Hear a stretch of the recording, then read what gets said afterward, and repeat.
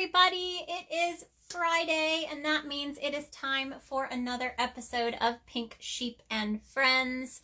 I'm super excited today. I'm going to give everybody a few seconds to join in live. Just super excited to see you guys. Hello.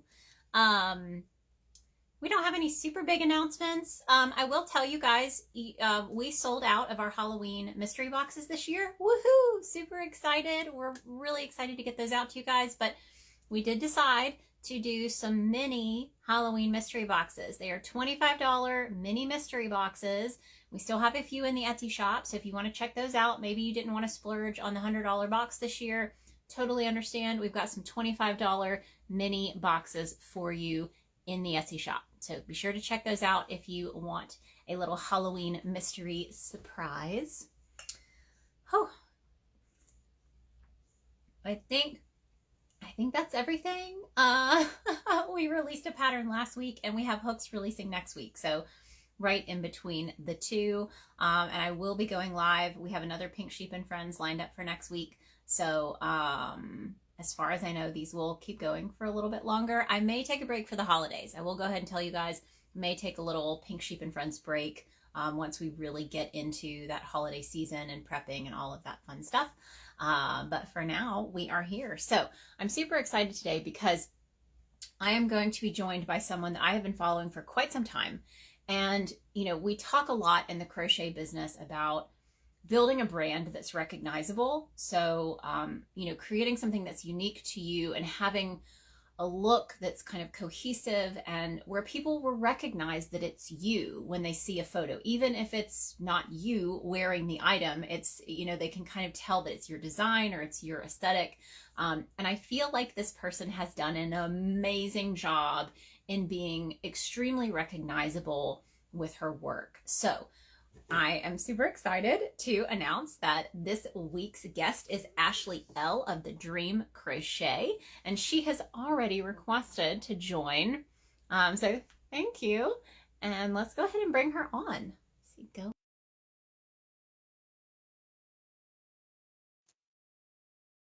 Fingers crossed this works. There we go. Hello. Hello. I'm going to turn my volume up so I can hear you better. There we go. I'm going to do the same.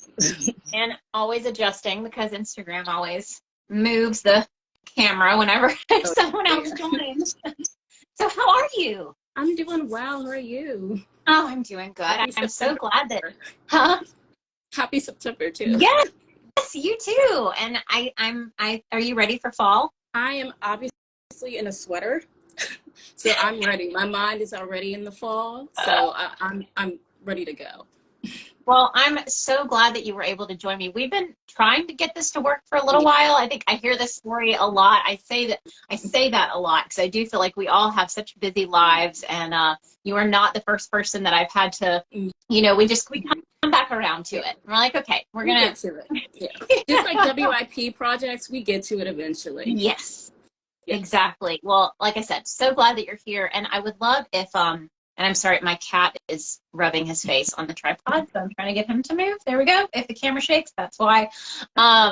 So for anyone who does not know you, so if they're not following you on Instagram already, if you just want to do a quick little intro of who you are and what you do.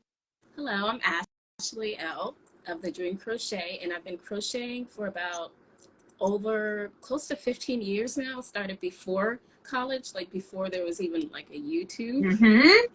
So I actually learned during like a family craft night. We would learn how to knit and crochet, and I kind of took a hold of crocheting, and I couldn't stop. Yeah.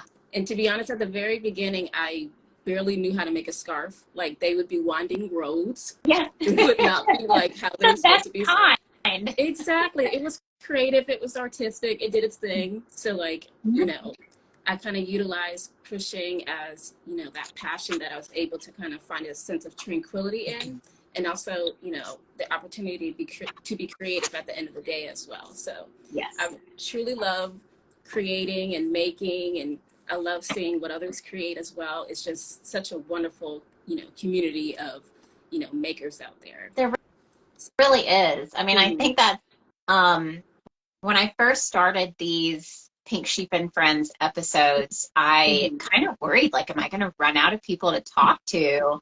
No. No, No. exactly. It's so amazing Yeah. to see so many people like create. It's I love it. I love it so much. So you said you learned at like a family craft night. Do you have Mm. brothers and sisters? Yes, I have two brothers, and I'm a middle child. So, Uh-huh. yep. Um, So how they did the brothers like learning crocheting? well, they didn't learn. Okay. They're more of like, let me request something. You know, Mhm. there's a hat, there's a scarf that I want, and you know, I'm kind of like the maker. They design it out, and I'll make it for them. Gotcha. So when you guys had these family craft nights, Mhm. was that something where you guys just all got together and did different creative things, or what did that look like for you? Because that sounds really fun. Oh yeah, it was a lot of fun because it was like the whole side of my mom's side of the family, and Gotcha. we would do different kind of crafts. And I think that night they introduced knitting and Mhm. crocheting, and you know, I just picked up that hook and I was like, okay, okay, I get this. I like this. Uh-huh. And I just kind of like, we just built off of that. So we watch movies too, Mhm. and we have pizza. So it was a really cool kind of introduction into how fun and exciting, you know, this world of making could be. Yeah. What are some of the other crafts that you have done maybe throughout the years that you've really enjoyed, or maybe if there are some that you were like, not for me at all? Well, I actually started sewing and beading and jewelry way before crocheting. Like I Hmm. didn't even, you know, realize that the world was open to me. So, you know, I learned how to create through fashion and fabrics and sewing needle and thread. So, and beading and making my own jewelry. So I was in that Hmm. world, and then, you know, I found crochet and I just started to put those worlds together, and it just became such a huge universe of craftiness. And I can't stop. I So, really can't. so when do you feel like the dream crochet was born? What did that journey look like from obviously starting fairly young crocheting and so what did that look like for you? Well, I was on and off throughout college, and when I graduated, I actually moved to Texas, Hmm. where I did a lot of photography and videography for Gotcha. many years. So my days were just completely booked, and to be honest, I would like look out the window and I'd be like, I wish I could be crocheting right now, and Right. I, you know, just be writing down ideas, and it just, you know, hit me, you know, go where your heart is, go where the love and the passion is. Yeah. Also take everything that you've learned throughout the years and kind of implement it within the dream crochet. So I took, you know, all the photography, all the videography, Hmm. all the beading, all the needle and thread and sewing and all that, and I just decided to just go for it. One day I just, you know, set out a plan and just went for it. Yeah.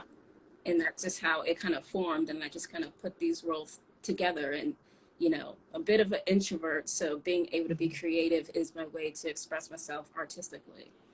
So That's awesome. thank you. So when you started the business, do you remember, did it start with an Etsy shop? Did it start with a website? Like what were those kind of steps for you that really turned it from an idea into like, oh, like this can work? Yeah, I had been crocheting for, you know, years, and Hmm. I didn't realize that there was an online community. I didn't know anything about it until, you know, I was pushed by family and friends. They were like, you Yeah. know, Instagram, put it on there, Yep. and I'm like, so much of an introvert. I'm just like, I don't know. I like, I guess I'll start. So I kind of, Mhm. you know, went into Instagram, and then, you know, I moved to also put it on Etsy and Mhm. along with other websites. And it just kind of like grew and grew from there. And I realized like what a huge, like how you said, how, you know, you thought you might run out of creators, Yeah. and they're just, Yeah. it's massive. It's Yeah. a beautiful thing to see. You know, you go online and you see so many people creating so many amazing things. It's very inspiring and, you know, moving truly. So I think, there are a lot of people who, and I say a lot of people, I don't know nowadays. I think that sometimes my opinion of Instagram is very skewed because I've Mm-hmm. had a very good experience, very positive experience, and it sounds like you have too. So for me, it it's like you said, for me, being on Instagram is very inspiring to see what other people are creating. What has that community been like for you, as especially as like a designer and a maker, when it comes to inspiration, and where else do you feel like you can pull inspiration from for your work? Oh yeah, I'm a huge fantasy and sci nerd, so I read a lot. I watch a lot of, like, I love Lord of the Rings and Willow and Star Trek, Star Wars, all of that. So, That's and awesome. music as well. So like I'm just so inspired by everything. Like I always carry like a little journal with me Mm-hmm. because, you know, I'll be trying to go to sleep and then an idea will pop up. Yep. And then I'm like, okay, well, I have to write it down. So I Mm-hmm. have pages upon pages of ideas that I haven't even gotten to, that I've had for years. So, I mean, inspiration comes from everything. Taking a walk out in nature, it's just, I could see, you know, a shirt and just get inspired to, oh, that'd be cool if Yeah. you could do that. Like, well, you know what? I could just go do that. So, yeah, like everywhere. I'm just inspired by everything. I love this idea of you having a journal. Do you just sketch with pencil, or do you like go to town and are you coloring in it? Do you have like, do you use colored pencils? Do you use markers? Like, what does that journal look like? Well, I have about three of them. I have like an idea book, and then I Uh-huh. have a journal, and then I have a sketchbook. That's I kind cool. of like, depending on which design I'm feeling, I go based off of energy and what I'm feeling for the design. So I'm not the best drawer, so they're kind of like, but like in my head, like I have to kind of like put an arrow to it, like this is a bow. Yeah. So it just really depends on what the design is, particularly, and I just kind of, uh, I'm very much a pen and ink kind of person, and Okay. a label as well. Gotcha. That's really Label, cool. yeah. I started trying to sketch my designs for like a half a second, and in some cases it's nice, especially because Yeah. I struggle with choosing colors to go together, and I like to color mix. But that can be hard. I mean, like, and you do a lot of that. You use a lot of color. What do you feel when you're picking out colors for your designs, especially when you're mixing colors? Do you just kind of wing it? Or do you really have to think, and do you try out different colors together? Like, what is that like for you?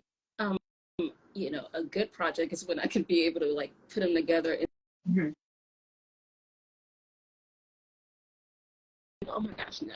So, you sometimes it's like running back and forth, but I think it depends on the design in particular. Yeah. A good time is when I can like immediately find the two ones that go together, or the three. But usually I'm running back and forth into the craft room. Yeah.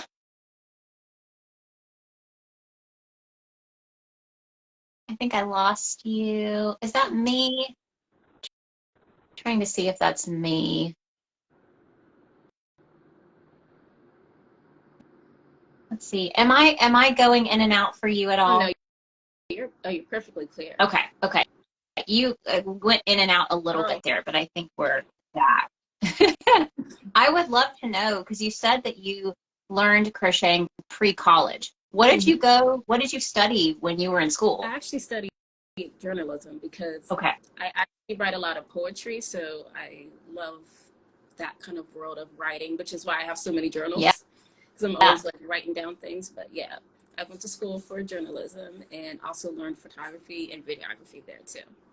So how do you feel like the work that you did in journalism has helped with your business?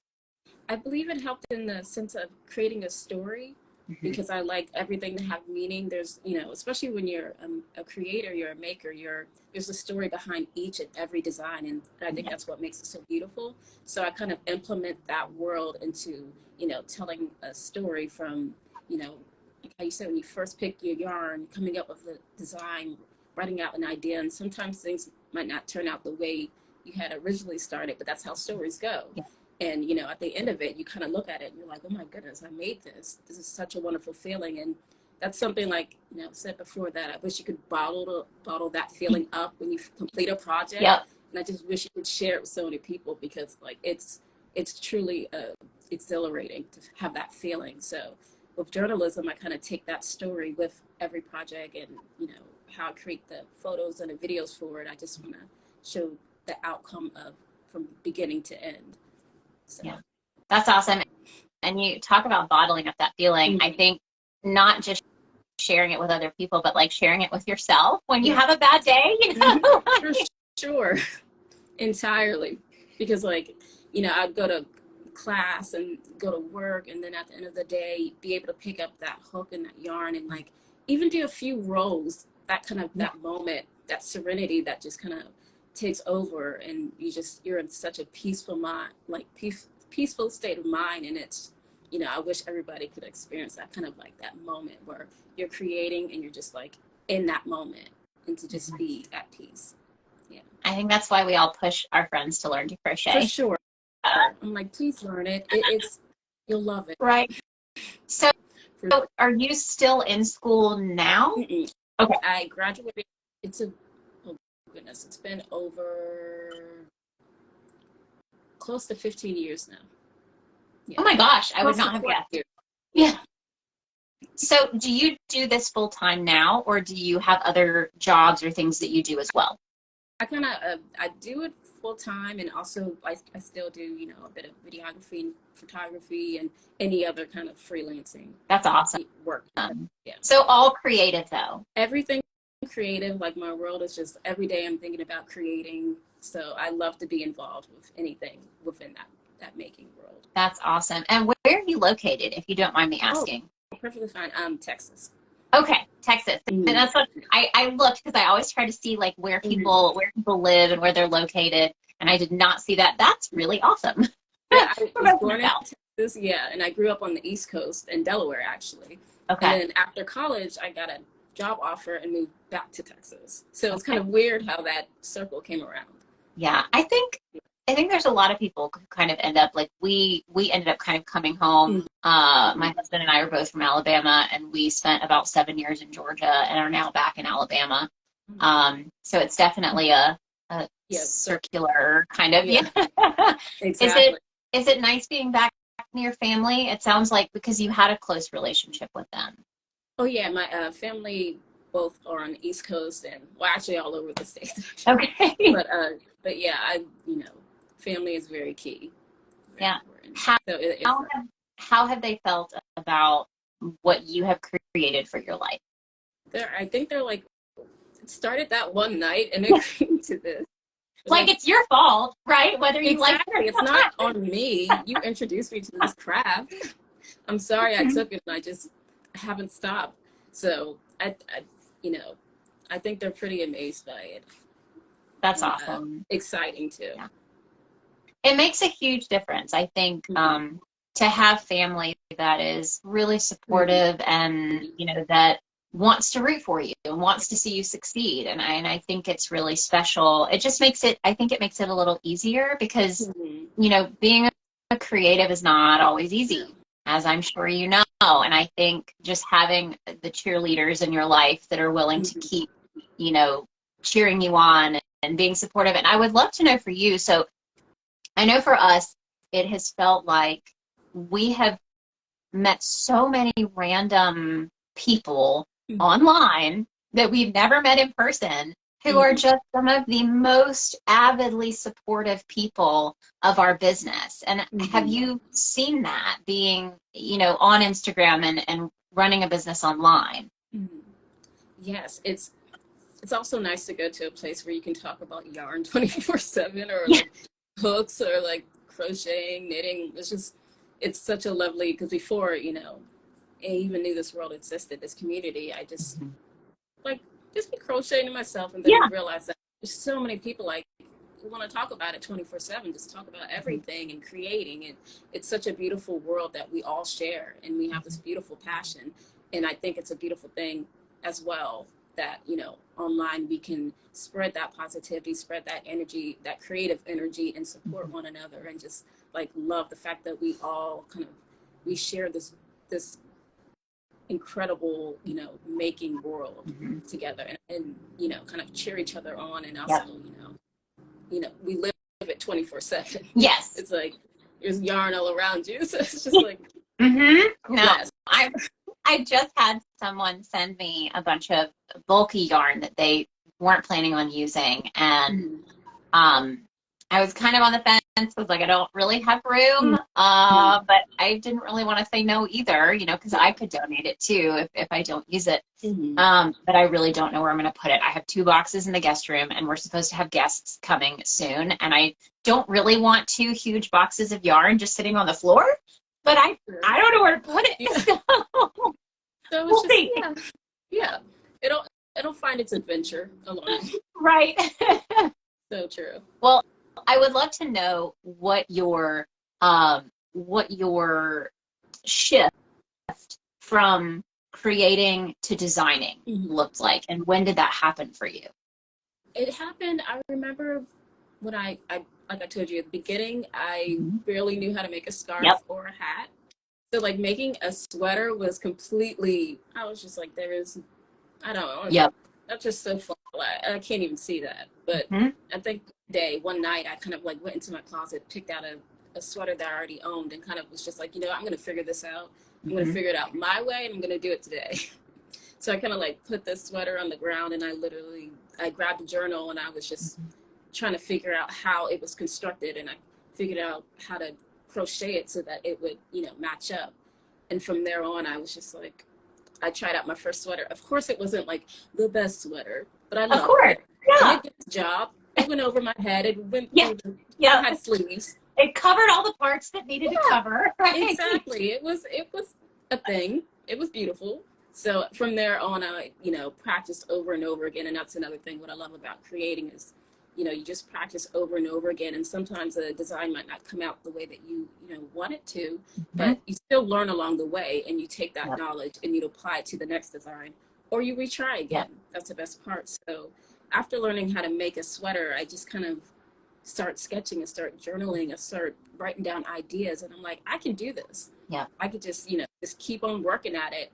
And that's one of the things I love to do, is kind of look at past designs and, you know, go like, wow, I never thought I could actually create, you know, an actual, you know, piece of clothing, but, you know, day by day, stitch by stitch, and, you know, you just keep working at it and you keep designing, keep up and coming up with ideas, and you learn along the way. So I learned from that night, and to be honest, I'm still learning, because I believe, you know, every day you're learning something new. I still see myself as a student within the craft, because I love the fact that I don't know everything, and there's still so much to learn, and that's really, really exciting.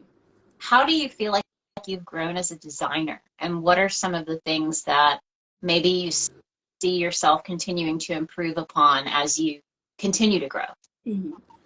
I would like to hope that I continue to grow and continue to learn, because like I said, there's so much to learn, and I want to continue pushing myself. Even, you know, I had a project I was working on, a design I was working on the other day, and it isn't coming out the way that I imagined, but it's going in another direction, and I'm actually kind of loving it in that new direction. So I'm saving that other design for, you know, another try.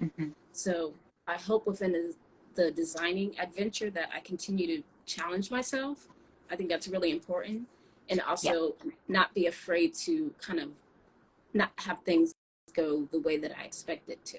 And that's perfectly fine, because, you know, it'll happen when it happens, if it happens when it happens. So as long as you keep on working and keep on learning and researching and educating yourself regarding, you know, the craft, and I'm hoping that it continues as well to grow. And, you know, I just want to keep on reaching, you know, new feats for myself personally as a designer as well.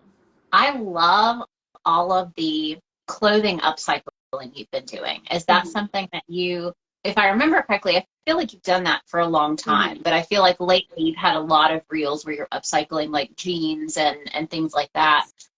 Do you feel like that inspiration just kind of comes and goes when it's like, I want to, you know, do some work on this versus, you know, focusing on like my specifically just crochet designs? Like, what is that kind of creative journey and flow like for you? It's very like a ping pong table, kind of like when I like have an old pair of jeans, I kind of want to cut them up and do something with them. But then the next day, I'm like, I really want to make a vest. Yeah. So it just kind of goes back and forth, and sometimes I'll get inspired, and I like to kind of like move where the energy is taking me. So if that day I'm like feeling like I want to cut something, Yeah. you know, I want to cut those jeans or cut up that shirt, then I go for it. And other days I'm just like, you know what, I just want my yarn and my hook, and I just want to chill and watch a little movie. So to me, I go based on the energy that I'm feeling and the vibe in the moment that I'm kind of in. So it goes back and forth, but I love both worlds, and I love kind of bringing them together. Yeah.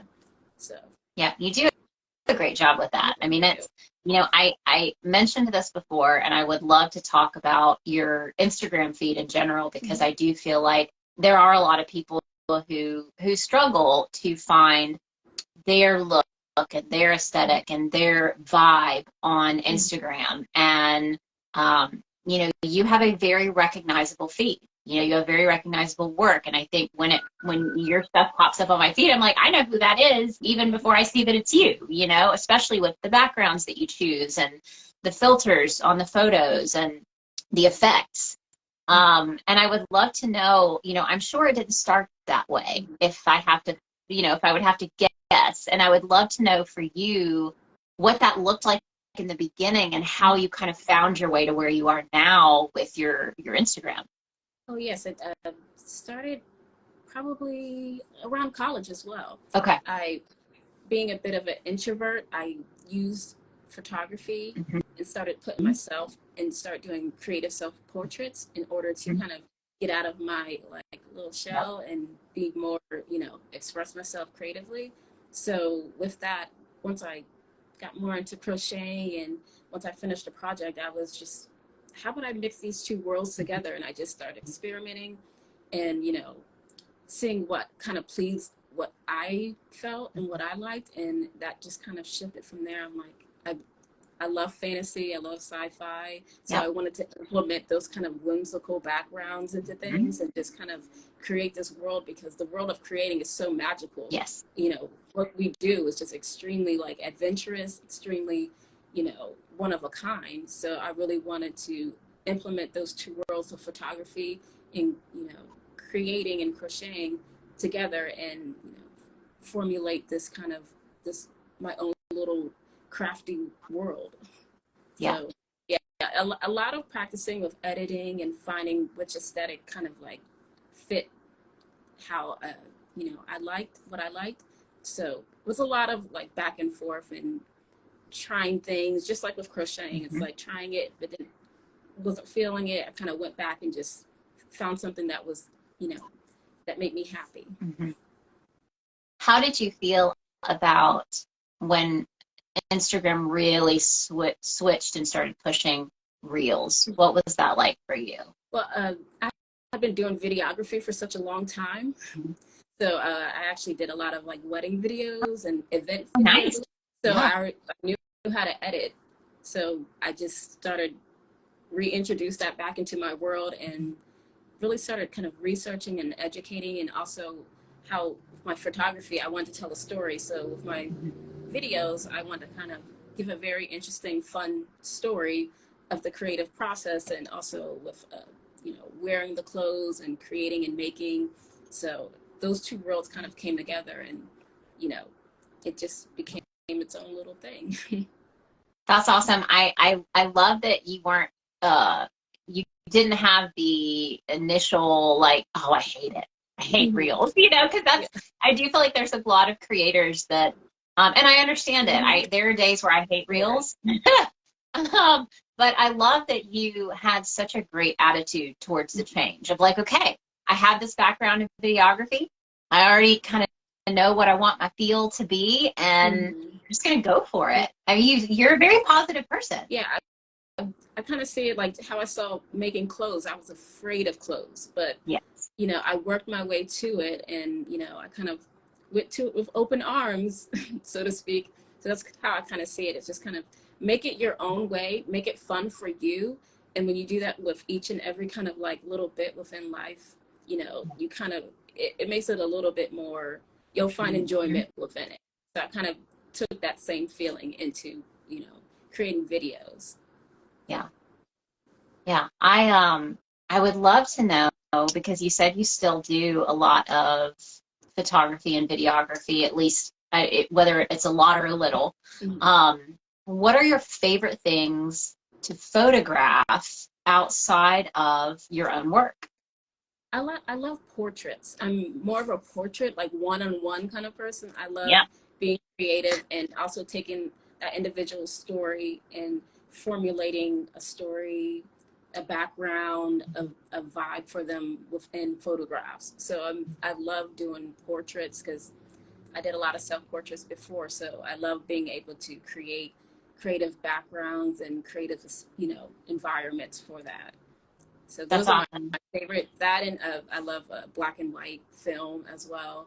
So anything abstract or conceptual, I love those worlds. That's really cool. I share the portrait passion with you. That's always been my absolute favorite genre of photography. And the ability to, I think one of my favorite parts of a photography session that's one-on-one, especially if it's someone that I don't know really well, so it's someone I'm coming in and for the first time getting to work with them, the progression of watching them open up throughout the session. So the photos at the beginning versus the photos at the end. That's probably my favorite part, is seeing them let go, drop any kind of front or mask or, kind of self-protective thing that they have happening, and just becoming themselves, and it's magical. It really is. It really is. It's a beautiful growth to watch as well. Did you find, and I'm asking because I kind of found this for myself. I didn't always like when people took pictures of me. I didn't mind it, but I wasn't gonna be like, oh, that's a great picture of me. I didn't have a lot of confidence in front of the camera. And even when I first started showing my face on my feed, because I didn't used to, my husband was helping me with the photos, and I was very uncomfortable in front of the camera. I was like, I don't know what I even look like. I don't know what pictures you're getting. And I think getting the setup to where I could take photos of myself and kind of see what's happening, I could see what my camera sees, it was a confidence boost. Like once I figured that out and really started having fun with the self-portraits, there was so much more confidence there in myself and in my photos. And I don't know if you experienced that. Oh, for sure. I'm very much I'm an introvert. I'm very like a little shell. So that's why I kind of like push myself into self-portraits. I'm like, okay, I'm going to force myself in front of the camera and like take all of that out. Just like get rid of that energy because it's not going to do anything, and kind of place positive energy within it and kind of take myself out of the equation and just make it fun, make this experience fun, and kind of, not have that hinder the process. So, learning throughout the years and having that self-expression throughout photography has really, really helped putting myself, because I was never in front of the camera. I never liked it. I did not like photos of myself. I was just like, oh, no, please don't. And now I'm just like, I'm just like, let's have fun. Let's just do this. Like, it's yarn, it's crochet. Let's have, let's get out there.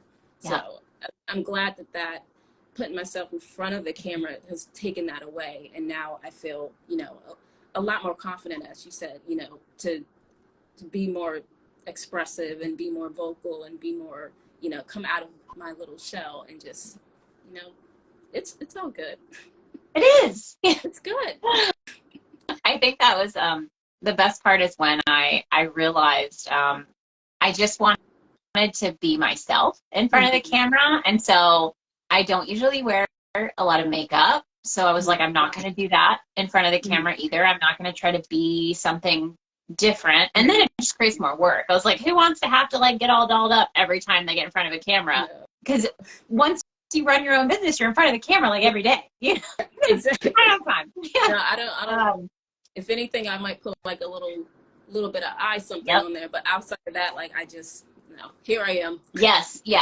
If I'm getting up close and personal, like I have no makeup on right now, but if I was going to take pictures, I have like really blonde lashes on the underside. So like I'll hit those with mascara sometimes, just be like, I do have lashes down there.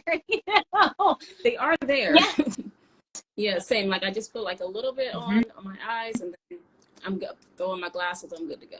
It's Yeah. me. It makes it so much easier. It's so much more freeing when Hmm. like you're having to film and photograph all the time. And it's nice to just be able to just be yourself. Yeah, And then you don't have to worry so much.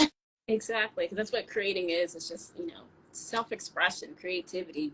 You know, being your own self. So How, that's how what have you dealt? Because I feel like we have a similar personality when it comes to being very positive. Like I I. want to have a positive outlook on life. I want to have a positive outlook on my business. I want to share that creative energy with other people. How do you deal with difficult situations in your business? So if you have someone maybe who has a negative comment or leaves a negative review, or what are some of the things that you've done to deal with some of those situations? I think throughout life too, whenever you approach a negative situation, I believe it's really important to have balance. You want to, you, we're humans, so we're gonna have that moment where it's just kind of like, ugh. But then you kind of have that moment and you leave it there because you don't want to carry that energy. And sometimes we take negativity, you know, and we carry it throughout the Yeah. day. So it's good to kind of like take that, but I like to use that energy and turn it into something else. Yeah. So, allow yourself to feel in that moment what you want to feel, how you truly feel, but also kind of take that energy and turn it into something positive because also you don't know what, someone might be going through and you don't, want to carry that too because it'll start to echo and it'll start to ripple and then, it just be the snowball. Yeah. So it's good to be in that moment for that moment, but then kind of Yeah. let it And go, then you move pick up that, on. yeah, and move on. Pick up that hook and that yarn, and Yeah. get to making, and just kind of use that and just create something and just get it out of your energy field because I believe positivity is a choice. So like I said, you don't know what someone else is going through, and you're allowed to have those moments and have a balance of both energies. But I like to use energy and, place it somewhere positive and place it into something making and being able to share something, with others who love this world as well. Yeah. So, I agree. That's fantastic advice. it's a lot of practice what you preach, but Yeah. but it's good to keep it in mind and always kind of like remind yourself, okay, time's up. Yeah. Let's move on to creating. Yeah. And I think it's good to remember that you're not alone. I Yeah, think, exactly.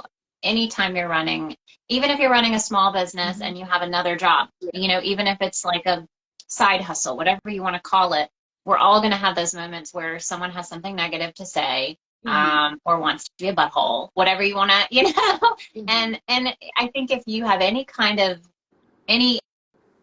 empathetic tendencies. I feel like Mm-hmm. I'm on that empath side of the emotional spectrum, and Mm-hmm. I take it to heart. I mean, like negative reviews, and it's gotten a little bit easier, Yeah. but if they're really negative, it's hard for me to, I can't just brush it off Yeah. immediately. I do have to sit in the feelings for a second Mm-hmm. and, Yes. and just be like, man, like that was just not nice, Exactly. But And yeah, you oh, sorry. you can't continue to grow Yeah. if you just sit in that moment and you don't move on and you don't keep moving forward. Entirely. Because I'm the same way too. But and also I have to remind myself, but look at the positive Yes. ones. You're not sitting it, you Yes. have to sit in those too. So it's just, you take that moment, you have your moment, but then it's just you can't be there forever. Mm-hmm. You have to, even though it might be difficult in the moment because you're just like, but just get up and just start moving. Yeah. Let's see. Okay, we've still got a few minutes left. So I would love to do some quick fire questions for you. Okay. What is your favorite hook size or go-to hook size? The H8 5.00. Okay. Hey, I love it. That's a popular one. I think that's that range from 4.5 to like 6 is probably what I would think would be one of the most popular sizes. Yeah, it's my favorite. So do you usually work with like a worsted weight yarn, like a 4-weight? I love them all. I work with everything. I'm just like, oh, yarn, yes, please. But for like so your 5 millimeter. Yes, I wore. So do you have a favorite fiber that you like to work with? That is, yes, but to all of them. Yeah. So do you have any fibers that you're not a huge fan of? Currently, maybe like, it depends. Okay. I'm in a loving moment, so I kind of love them all right now. Yes, I think the only yarn that I've used where I was like, ooh, was mohair. Because I did try it and it was so itchy. I was like, and maybe you have to wash it. I don't know. I need to look at like care instructions. Maybe I can make it softer, but I made a sweater and I don't wear it because it's too itchy. So, but I feel you on the other fibers. I don't really have a preference. It's more about the project, what I'm going to use it for, and how it feels on my skin, if it's a wearable, and some of it too is like the ease of use on the hook. But that's why we have multiple hooks. So if it doesn't work well with one hook, then we have another one. Do you have a favorite hook brand that you like? I think the one I'm using is, I think I'm using a Boy's right now. Boy? I think the Boy, yeah. Okay. Do you like a ergonomic handle or anything, or do you just use the straight metal hooks? I actually have them all. Okay. So I guess it depends on which project I'm working on and how my hands feel this day. Gotcha. So I kind of switch between, and sometimes I'll switch the same size but with a different kind of handle to it. Yes. Same. Yeah. It's good to have multiples. I was not a Susan Bates girl for a really long time, but I found that in the smaller size range, like I really like the Susan Bates 4.5 millimeter. Oh, yes. That's what I was Bates. Yeah. So it just depends on, and I've used the Susan Bates 10 millimeter too. I do like that one depending on the project that I'm working with. But it's a little heavier. So, it really just depends on the project. That's always the answer, right? Entirely. What is your favorite way to purchase yarn? I like to go to the store because I just love the adventure of walking to a store. Like that excitement that immediately, like, I'm walking into an amazing crafty universe and I'm like, oh, I get to touch this. I get to look at that. I might leave with a little bit more yarn than I expected, but I like to be there, meet it, hold it in my hand, walk around, maybe get a few more, and so like I like that in person kind of. If you are purchasing online, do you have favorite brands that you like to buy from online? Once again, like I love them all. There's so many that I love. Like I can't choose. Are there any brands that are maybe on your try list? Like maybe you haven't ordered from that website or that brand before, but it's like one day I'm gonna give that a try. I think there was one. Or if you ordered from all of them. Most likely I've ordered from them all. So I'm just like, ooh. So yeah, probably I probably have it in my yarn stash right now. Yeah, I think I don't think I have never ordered from Ice Yarns. So that's one where I haven't placed an order with them yet, but like Hobie and Hooked and Lion Brand and like the majority of those I've purchased from. Oh, yeah. But that one's on my list at some point. Yeah. Love them all. Have you ever been to a fiber festival? Yes, I have. How was it? Houston has one, so I've been to. Oh, okay. How was it? Oh, it was, surrounded by yarn. Is it life-changing? It's extremely life-changing. Like, I go to sleep and I'm like in that moment, and it's beautiful because yarn. Yeah. I love it. And around people who love yarn just as much as I do. So, yeah. Awesome. That's on my to-do list. I have not been to a fiber festival. would you ever go to Rhinebeck? Because I know that's a big one. Is that one that is that on your to-do list by any means? For Okay. sure. There's a lot of them. And like, once again, before I even knew, like, there was like all these, you know, events Yeah. and festivals. And I'm like, yes, all of them, Yeah. please. Right. So you've worked with Lion Brand, correct? Mm-hmm. What Correct. was that experience like for you? Oh, I love their yarn. Yes. I'm actually wearing it Yeah. too, as well, the sweater. But I love Lion Brand. I'm actually working on another project with it as well. I love that yarn. That's awesome. Mm-hmm. And what sweater is this? Do you have a pattern for this one? This one, I actually made this almost 10 years ago, Oh my actually. Yeah. That's amazing. So it's like all pom-poms. Oh, I love it. Or yeah, pom-poms. Like, is it a pom-pom stitch, like a puff stitch? No, they're actually a puff stitch. Yeah. Yeah. So I made this a few years ago. Uh-huh. And I think I'm gonna remake it actually too. Okay. For my to recreate list.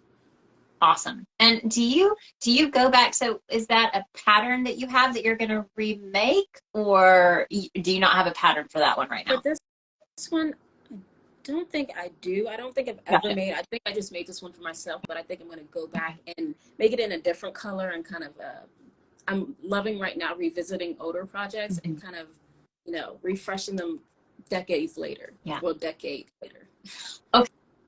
So before we go, I do have one more question. I just realized I really need to ask this one because I feel like you have a lot of patterns. You have a lot of designs. And for anyone who has not checked all of her stuff out, go to her Etsy shop and go favorite a whole bunch of stuff and buy some things because it's amazing pattern. But what do you do with all of your samples? What I do, I actually like to, I either will donate or give them to others, or I'll have like, there's like little craft fairs. Okay. So I like to do them as well.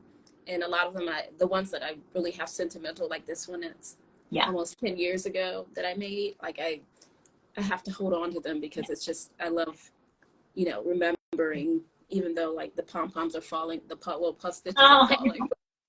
I'll go back and like sew them back together. I'm like, I get too sentimental about certain pieces, but the other ones I like to donate, I like to gift to others, and I also like to use them for craft fairs as well. That's awesome too that or you've been making yarn and create something new from older ones. Yes. So I feel like that's kind of it's either a gifted or sold or kept or frog. Yep. Exactly. Especially if the yarn is discontinued, I'm like, okay, you're going to be something new now. Yes, exactly. I love that you have been making wearable items for so long. You know, that you have, I think I didn't make my first sweater. It was kind of like you. I started out, I learned in high school, but like wearable items just seemed way too difficult. Like I didn't think it was even within my scale of, you know, skills to be able to do that. So it wasn't until probably 3 or 4 years ago that I attempted my first wearable item, and it did not go well. And it wasn't until I really, it's like you said, you figure it out the way that you want to figure it out. And that was actually going to be my last question for you, is when you started designing patterns, were you already following patterns regularly, or did you usually just wing it? I'm very much a wing it kind of person. I would just like to, I kind of like to figure things out. So, you know, when I took that sweater from my closet, I was just like, I'm going to figure you out. So at the moment, I was just like, you know what, I'm going to just wing it. I'm going to be in the moment and let's just see what happens. And sometimes it's, you know, like, ooh, maybe I should have. But, you know, I go back and I learn from the past, and I just, you know, continue to keep on learning. So it's definitely a very in the moment kind of, I like to look at something and be able to figure it out. And if it doesn't work that way, I'll try it another way. Gotcha. So I love to problem solve creatively with designs. I think that that's one of the qualities that a lot of pattern designers have in common. Whether you start following patterns, you know, I was just never a pattern follower. I would get them and I would, you know, read it through and then just do what I wanted. You know? Oh yeah, I've have a ton of pattern books. And I love them. Awesome. Well, we will have to do another chat so that we can talk about all the other things that we that we could talk about. I truly appreciate you coming on, and I truly appreciated the chat. Well, thank you so much for having me. I, love talking about all things yarn. Right. And crochet. That's why I said we can probably, we could probably stay on here all day, because I did not talk about your books. So we'll have to bring you back on and we'll continue this conversation. We can pick a topic and chat. And that's, I've kind of gotten to that point now where I'm starting to bring people back. So that's always really fun. But I can't wait to see what you continue to come up with. It's been an amazing journey. I truly appreciate it. Thank you so much for having me. Of course. And a huge thanks to everyone who is here live with us, who joined in on this chat with us here. If you joined in late, this will be available on my Instagram feed pretty much immediately. And then it should be up on YouTube within the next couple of days. I've been slacking and it's taking me longer to get it up on YouTube, but it will be there, I promise. And you're on YouTube, correct? Correct. Awesome. Yes. So I will tag you. And really quickly on YouTube, do you have tutorials? Like, what are some of the things people can find on your channel? Yes, I have tutorials. I have collection videos as well, and also like little tips and whatnot. So I'm getting back into the groove of those as well. Video making is a lot. It's a lot. The editing process is, it's fun. Yes, right. It's so much fun. Just add more coffee and add more yarn, and exactly. Put that combo together and we're good to go. Yes, exactly. Well, again, thank you so much for coming on. I really appreciate it. I hope you have an amazing weekend. You too as well. And start to enjoy fall once the weather, because it is not fall where you are either, I know. It's not fall, but it's fall in my mind, so I'm living there in my sweater weather. Exactly, in your AC in the house. Exactly. Pile on. Have my blanket. That's beautiful, by the way. Oh, I love that. And if you haven't tried it, I have to tell you. So if you do like any of the super bulky yarn options, if you have not tried the Premier Chunky Cotton, I was a little on the fence how I would feel about it, but this stuff's amazing. So if you like cotton yarn and you want like a chunkier option, it's really soft, and this has been the cardigan that I've worn the most since making it this year. So just a little maker to maker recommendation. Look for it. Right. Hopefully I don't continue it, because that's been driving me a little crazy. Oh no. I don't like that word. I know. Well, we will talk soon. And again, thanks to everyone. Thank you to you. We will stay in touch. And y'all have a great weekend and happy hooking, guys. Yes. Bye. Bye.